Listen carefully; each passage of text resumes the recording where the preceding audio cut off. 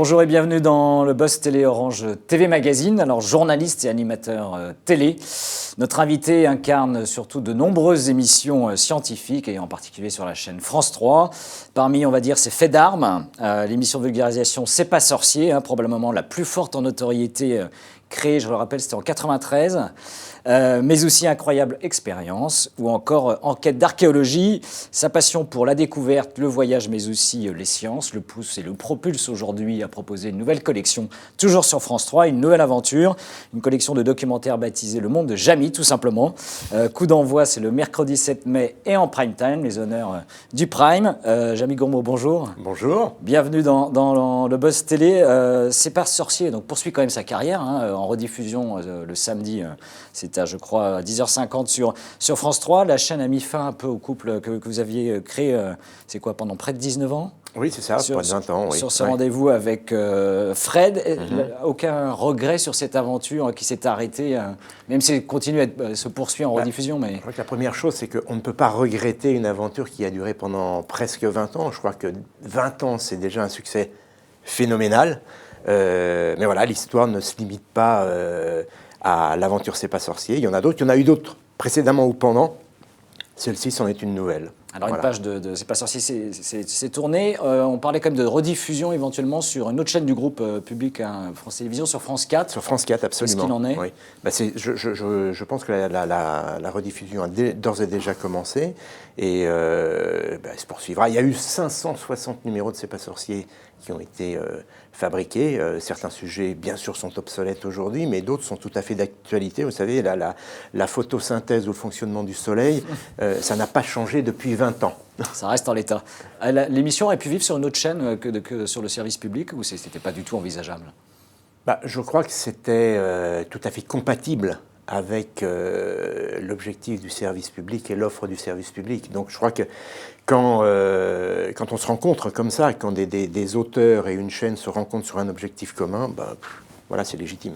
Alors on vous retrouve, j'ai dit désormais pour cette série documentaire inédite, toujours sur France 3. Un premier numéro consacré au volcan, à découvrir dès le lancement. Est-ce que vous êtes heureux pour une fois de quitter le studio et le fameux camion de l'émission que vous avez connu pendant de nombreuses années pour aller à nouveau sur le terrain? C'est une liberté retrouvée?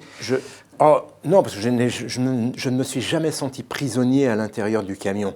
J'y étais très bien. J'ai profité de toutes ces années pour acquérir beaucoup de connaissances. J'ai pris vraiment beaucoup de plaisir. Et bien sûr, je n'ai pas tout retenu. Vous imaginez, sur 19 ans. Voilà, j'en ai oublié. Mais il y a quand même certaines choses qui sont restées ou qui réapparaissent dès lors que l'on retravaille sur le sujet.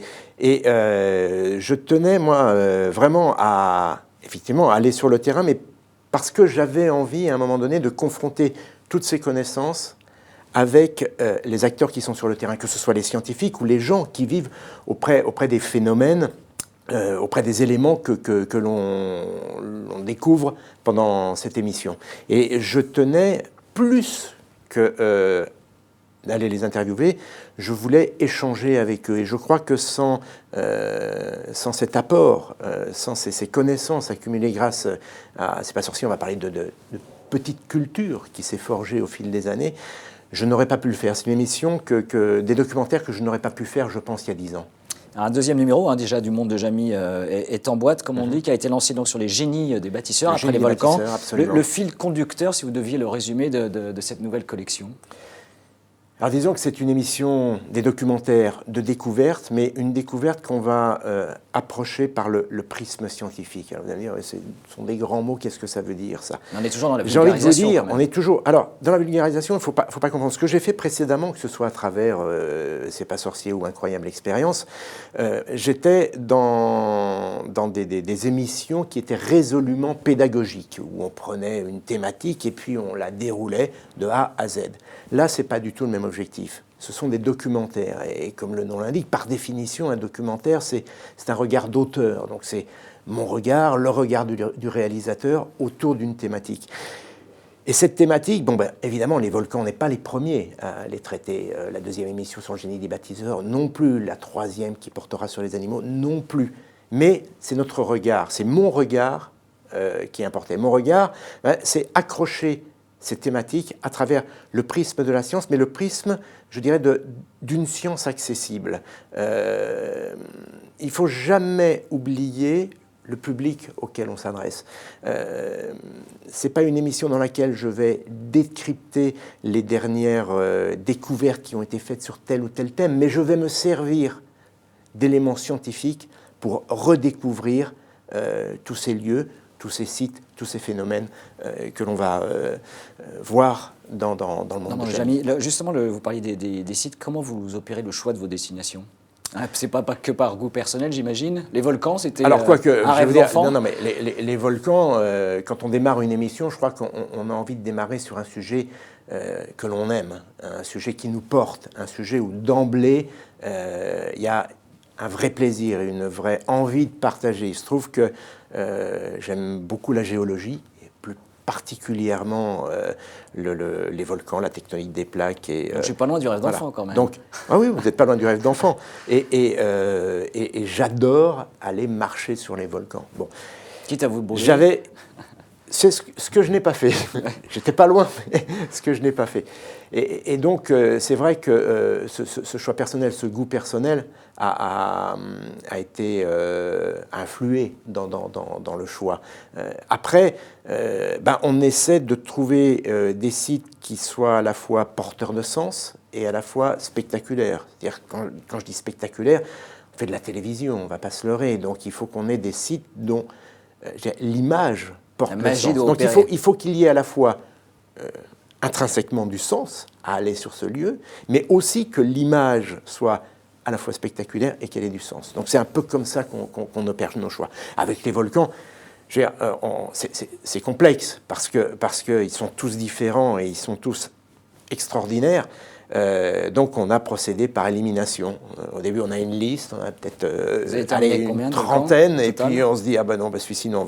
Et puis à un moment donné aussi il y a la géographie, aller de là à là, puis de là à là. Voilà, il faut faire des choix. Combien de volcans ? On a fait 4 volcans, principaux, et on est allé donc juste à côté de chez nous à Naples sur le Vésuve, et aussi à côté du Vésuve parce qu'il y en a un deuxième qu'on connaît beaucoup moins, les Champs Flégréens. C'est plutôt du genre méga-volcan. Il faut imaginer que ce volcan, lors de l'éruption qui a eu lieu il y a 15 000 ans, il est à l'origine des falaises qui font... il y a des falaises, quand on est dans la baie de Naples, qui font une centaine de mètres de hauteur. Ce sont des cendres volcaniques qui datent de cette éruption. Vous voyez ? Et il est toujours en activité. Il y a le Vésuve, on est allé à Hawaï, où là j'ai eu la chance, et ça c'était un vrai rêve d'enfant, d'aller cueillir de la lave. Voilà. Et je suis allé avec un jeune volcanologue français qui est installé à Honolulu. Je suis parti avec lui puisque régulièrement, 2 fois par mois, il va cueillir de la lave pour faire des prélèvements, pour faire des analyses. On est parti ensemble jusqu'au front de coulée et puis on a cueilli de la lave. On dit cueillir d'ailleurs, cueillir de la lave, comme le verre. Comme pour le fleur même. Voilà. Mercredi soir, on va parler un peu de concurrence. Pour la première, donc, il y aura Grey's Anatomy sur TF1 en face, le téléfilm La Disparition sur France 2 et Pékin Express, autre forme d'aventure sur M6. Vous êtes serein ? Faut toujours être serein. On est toujours plein d'espoir. Voilà. Et oui, je suis serein. Vous fixez un niveau d'audience ou vous dites c'est pas... Non. C'est pas mon job. C'est pas mon job, exactement. C'est pas mon job et moi j'essaie quand je suis sur le terrain, de toujours penser finalement au public. Quand je suis en échange ou quand je suis en train de montrer quelque chose, j'essaie toujours de penser au public, de me dire comment le public va recevoir ça, comment je peux lui faire partager le plaisir que je suis en train de prendre à comprendre quelque chose, à tirer une réflexion, une impression de la part d'un interlocuteur. J'essaie toujours de me placer de l'autre côté de l'écran. Voilà, donc je ne peux qu'espérer que ça fonctionnera. On croise les doigts, comme on dit. 2 numéros sont déjà en boîte, j'ai dit de nouveaux documentaires. Vous êtes sur un 3e en réalisation ? Alors, il y en a un 3e qui est en cours. Je viens juste de rentrer du Kenya. Alors, ce 3e numéro est consacré à la cohabitation entre l'homme et l'animal.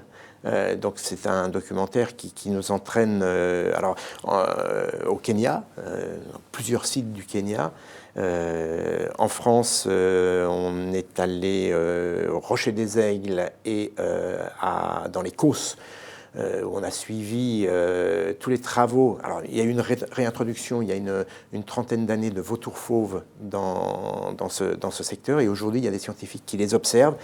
Et il y a une vraie cohabitation aujourd'hui entre le vautour fauve et l'activité pastorale de cette région. C'est vraiment passionnant. Et puis la dernière étape, c'est Svalbard, Spitsberg, où je pars dans quelques heures. Alors trois mondes de Jamie donc à découvrir prochainement. Il se passe quoi après? Il y en aura combien par an? Est-ce que c'est déjà arrêté ou vous êtes un peu, c'est le laboratoire hein? Pour le moment, il y en a 4 qui sont prévus. Et puis bien évidemment, ce sera en fonction du succès de cette émission. On vous souhaite le meilleur. Pour terminer, Jamie, je vous propose notre rubrique Je regarde ou je zappe, une émission en cours ou à venir. Touche pas à mon poste sur D8 avec Cyril Hanouna. Il se trouve que Cyril est un copain, donc Ça tombe bien. que mes enfants regardent, donc de temps en temps je regarde quand je suis là. Mais c'est pas forcément à un horaire où je suis présent devant la télévision. Autre talk show, alors horaire pas facile non plus, Le Grand Journal avec Antoine Decaune depuis la rentrée sur Canal+. Alors c'est pareil, quand je suis là, je regarde. Et le samedi soir, est-ce que vous êtes devant The Voice sur TF1? Malheureusement non, le samedi soir je fais autre chose. Voilà. Mais techniquement c'est une bonne émission, on en parle souvent avec mes collaborateurs réalisateurs et qui me disent que techniquement c'est une bonne émission. Autre émission scientifique, hein, E égale M6 sur M6, qui est également une longue vie. Mac Lesguy est un ami, voilà. Donc voilà, tout se passe très bien entre nous, tout s'est toujours très bien passé. Et puis je crois qu'il faut jamais négliger ce que font nos camarades, et j'aime bien aller voir ce que font les autres. Voilà. Autre genre, mais toujours sur M6, c'est La plus belle région de France. C'est un programme qui arrivera le 22 mai prochain. Est-ce que vous irez voir ce qui s'y passe? La redécouverte des régions de la France. Sûrement, un jour ou l'autre. Mais je dis, c'est peut-être pas le programme qui va m'attirer d'emblée. Mais j'irai sûrement le regarder. En Pleuze ou... voilà. En replay. Jamie Gourmaud, merci d'être venu au Buzz. Donc, dès mercredi soir, hein, 20h45 sur France 3, avec Le Monde de Jamie, hein, déjà les 2 premiers à découvrir très prochainement. Merci à vous encore, et nous nous retrouvons avec un nouvel invité du Buzz Télé dès demain. Très bonne journée. Merci.